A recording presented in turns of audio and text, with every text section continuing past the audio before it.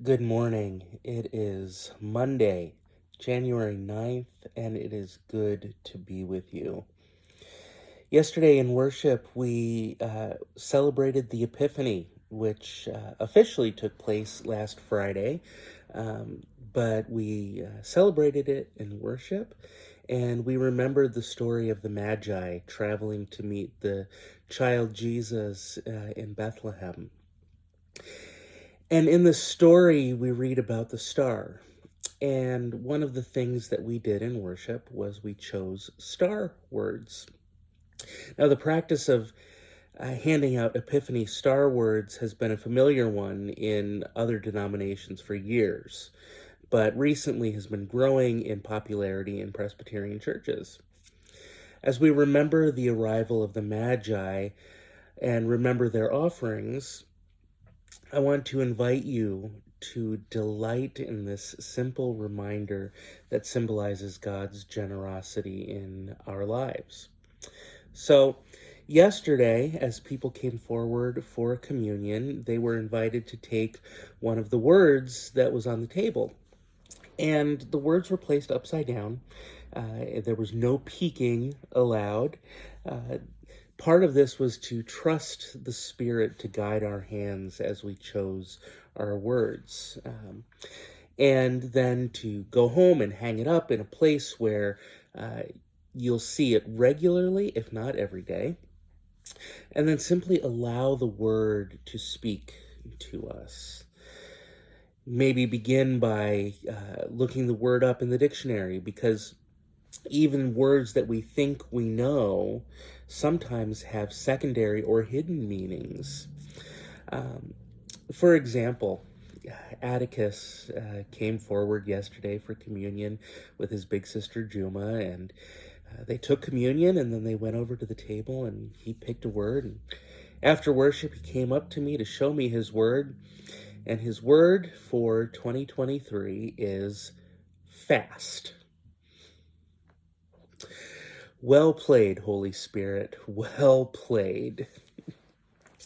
But at dinner last night, the three of us sat around, and I chose one for myself, and Atticus chose one for Elena for when she gets back from Israel, and Juma had hers, and we looked at these words and we looked them up in the dictionary. And when we looked up fast, the first definition has nothing to do with speed.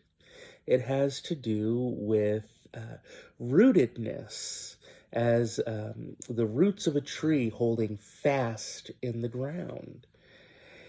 And we thought that that was interesting. And yet another definition has to do with being loyal, as in being a fast friend, which Atticus really liked as well. So the words that we choose don't always necessarily mean the first thing that comes to mind. Well, not just the first thing that might come to mind. So I would invite you to let this word unfold for you throughout the year ahead. Perhaps it is a challenge to grow in your faith in a specific area. Maybe it is a comforting word where you have experienced loss. It might even be a word that makes you just scratch your head and think, what is this? And the meaning might not become clear until later in the year, or after the year is finished and you reflect back. Whatever it is, be patient with it. Pray over it. See how God might be whispering to you through this word.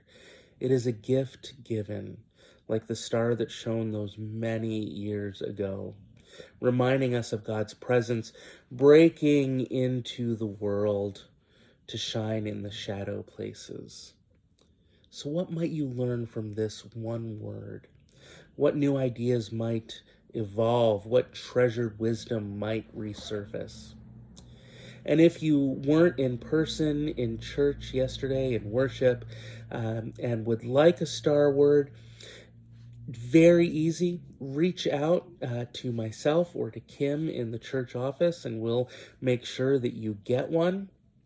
Or stop by at some point this week or next week to select one for yourself.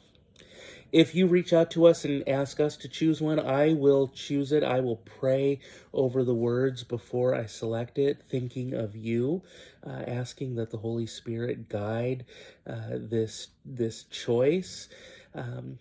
If you would like one for friends, for family, we have plenty. So just let me know.